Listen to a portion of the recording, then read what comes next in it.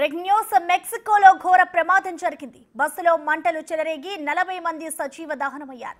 Bus ట్రక్కును ఢీకొట్టడంతో ఈ మంటలు చెలరేగాయి.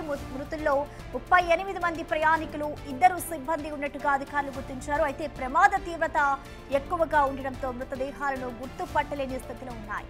ఇప్పటి వరకు కేవలం 18 మంది మృతదేహాలను మాత్రమే గుర్తించారు అధికారులు. అయితే ప్రమాద సమయంలో బస్సులో దాదాపు 48 మంది ఉన్నట్టుగా అధికారులు చెబుతున్నారు.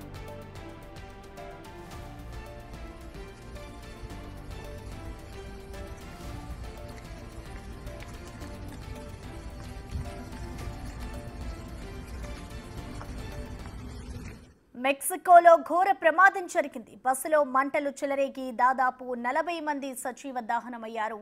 బస్సు ట్రక్కును ఢీకొట్టడంతో ఈ మంటలు చెలరేగాయి. మృతుల్లో 38 మంది ప్రయాణికులు, 2 సిబ్బంది ఉన్నట్టుగా అధికారులు గుర్తించారు. అయితే ప్రమాద తీవ్రత ఎక్కువగా ఉండడంతో ఇటు మృతదేహాలను గుర్తుపట్టలేని స్థితిలో ఉన్నాయి. ఇప్పటి వరకు కేవలం 18 మంది మృతదేహాలను మాత్రమే గుర్తించారు. ప్రమాద సమయంలో దాదాపు బస్సులో 48 మంది ఉన్నట్టుగా అధికారులు చెబుతున్నారు.